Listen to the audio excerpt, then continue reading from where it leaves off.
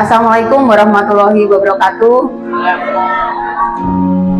Salam sejahtera bagi kita semuanya. Yang terhormat Dewan Juri dan yang saya banggakan rekan-rekan inovatif se-Bekasi Utara, juga Bapak EF dengan Pak Suryandono. Baiklah, perkenalkan, nama saya Pujiastuti dari TK Kibro. Terima kasih saya telah diberikan kesempatan untuk menampilkan karya saya, yaitu video interaktif dari Canva. Kenapa dari Canva?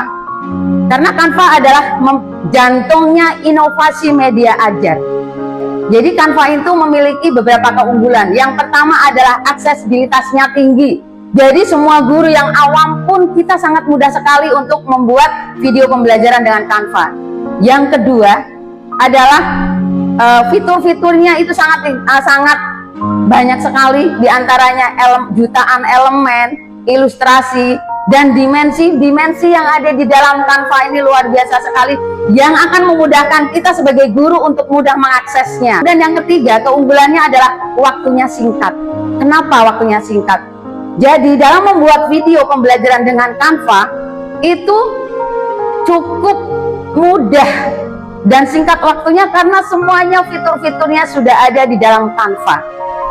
Tujuan pembelajaran saya membuat video pembelajaran dari Canva ini bukan hanya transfer ilmu kepada anak didik, dan bukan karena saya mengikuti lomba ya Bunda ya, karena saya sudah memang sering membuat video pembelajaran ini.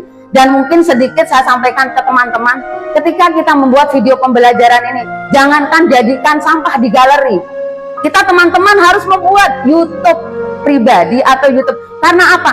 Percuma teman-teman membuat video pembelajaran tetapi hanya stuck di galeri teman-teman. Tetapi teman-teman, ayo kita sama-sama membuat YouTube. Karena apa? Konten-konten itu kita upload di YouTube kita. Jadi, jadilah video pembelajaran, semua orang bisa mengakses. Jadi bukan hanya buat lomba saja teman-teman. Mohon maaf saya tidak menggurui, saya juga baru tahap belajar ya teman-teman. Tapi insya Allah kedepannya selalu akan membuat dengan video Canva. Kenapa saya membuat ikut lomba dalam video pembelajaran ini? Bukan saya mau mencari juara, saya jauh dari teman-teman, tidak apa-apa, tidak ada ilmunya. Tetapi saya ingin menyukseskan. Ini adalah bukti nyata bahwa kita sebagai guru mempunyai kontribusi, yaitu dalam menyukseskan digitalisasi. Kenapa digitalisasi itu perlu? Karena setiap sekolahan yang mempunyai digitalisasi dalam proses pembelajaran, otomatis sekolahan itu akan terdongkrak kualitasnya yang profesional ya.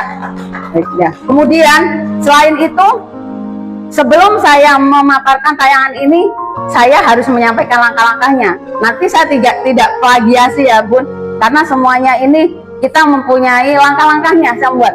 Yang pertama, ketika kita membuat video pembelajaran itu harus ada narasi. Narasi itu harus jelas. Kemudian setelah narasi, materi itu kita buat menjadi beberapa segmen yang sesuai dengan usia TK, yang tentunya dengan pilihan-pilihan fitur-fitur yang sangat menarik buat anak TK. Ya Bunda. Kemudian setelah kita membuat narasi, perencanaan, pasti kita membuat perencanaan. Yang kedua, prosesnya. Ketika kita dalam membuat video pembelajaran dengan Canva, ingat, kita ada dua pilihan. Yang pertama, mau bentuk video atau mau dalam bentuk presentasi, kita tinggal pilih fiturnya. Setelah kita pilih, kebetulan video saya, pembelajaran saya adalah berbentuk video, sehingga salah pilih video. Kemudian yang ketiga, perencanaan sudah, prosesnya sudah. Yang ketiga adalah pengisian audio visual. Nah, nggak mungkin dong Bu kita membuat video pembelajaran hanya gambar yang bergerak, tetapi perlu diisi dengan visualnya. Nah, kebetulan visual itu kita mencari gambar-gambar yang ada di dalam Canva. Gambar-gambar di dalam Canva, karena saya video pembelajarannya yaitu tentang hewan, saya mencari gambar-gambar ilustrasi yang ada di Canva. Ya Bun, ketika kita upload di gambar ini, kita harus berikan animasi. Kenapa? Biar adegan per adegan itu tampak hidup, sehingga anak-anak TK akan suka untuk melihatnya. Ya Bun ya, setelah di samping itu saya tidak menggunakan gambar, tetapi saya mengambil video yang ada di dalam Canva. Nah, perlu diingat teman-teman semuanya bahwa ketika kita mengambil video harus kita sesuaikan dengan narasi yang kita buat. Nah, Bunda, sudah setelah kita masukkan ke video ke dalam Canva, yang ketiga adalah pengisian audio. Bunda bisa yang pakai Canva, di dalam Canva itu ada fitur rekam diri saya. Kemarin saya coba dengan rekam diri saya, ternyata hasilnya kurang berkualitas, sehingga ada suara lewat masuk. Nah, untuk itu saya menggunakan mikrofon yang akan disambungkan dengan HP. Saya membuat narasi, dan narasinya ini harus kita sesuaikan dengan video yang ada di dalam ini. Nah, ini butuh ketelitian. Jangan sampai narasi kita itu 7 detik, tetapi videonya yang kita ambil 15 detik, berarti lebih banyak. Itu nanti transisinya akan terlalu lama, terlalu panjang kelihatannya untuk peralihannya. Ya Bunda, kemudian yang tahapan terakhir kita udah di audionya, visualnya udah, audionya juga sudah. Bagaimana biar tampak didengarnya enak, kita berikan latar musiknya. Nah, perlu diingat, latar musik ini tidak boleh lebih keras dari suara kita. Nah, yang tahapan terakhir adalah tahapan ekspor. Karena dalam bentuk video saya adalah video pembelajaran, bukan presentasi, kita tinggal pilih unduh, kemudian pilih di situ ada ekspor video MP4. Kemudian kalau kita presentasi berarti PDF atau presentasi. Itu baiklah, mungkin dari saya cukup sekian. Ada beberapa mungkin banyak kekurangannya, saya juga baru tahap belajar. Nah, baiklah, kita sama-sama akan kita saksikan video pembelajaran yang saya buat.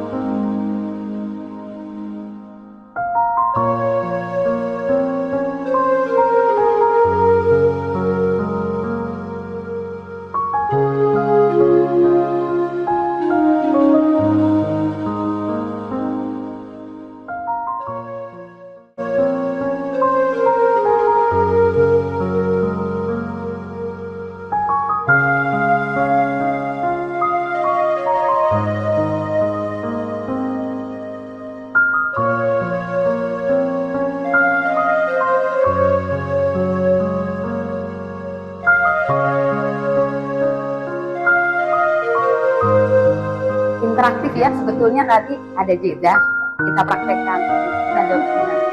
Jadi video kita tuh harus interaktif. Jadi teman-teman anak-anak kita juga ikut mempraktekkan.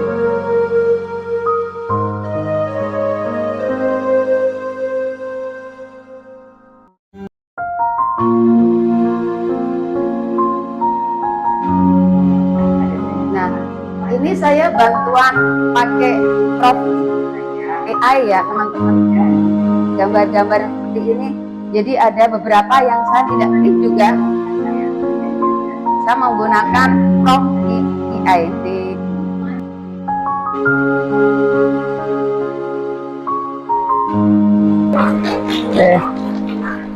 Baik, ada sedikit yang saya tambahkan tadi, ada tambahan gambar yang tidak ada di Canva.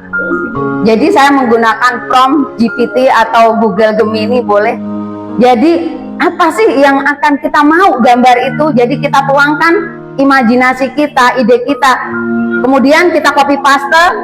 Di fitur Canva ini ada media ajaib. Nah, kita copy paste, kemudian klik ciptakan gambar, itu akan muncul, kita tinggal milih.